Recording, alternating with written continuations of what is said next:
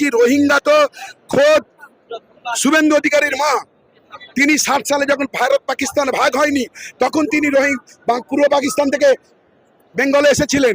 তাহলে উনার মাকে আগে রোহিঙ্গা বলা হোক, তারপরে সবাইকে রোহিঙ্গা বলা হবে।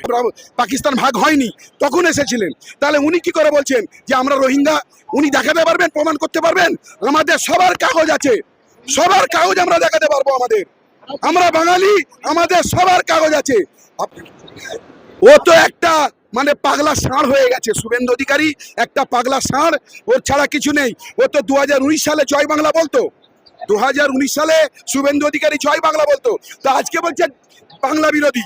ও নিজেই তো বেঙ্গল বিরোধী। আজকে আপনি বলুন তো, পশ্চিমবঙ্গে 70 জনের মতো এমএলএ তারা বাঙালি, 12 জন এমপি তারা বাঙালি, 2 জন এখানেতে মানে রাজ্যসভার সদস্য যে তারাও বাঙালি।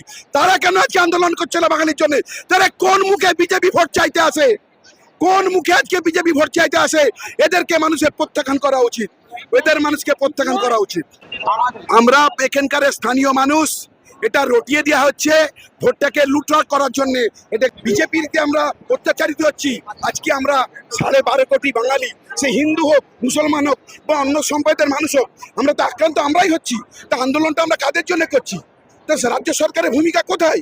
তাদের ভূমিকা খালি কোটি কোটি টাকা আসবে,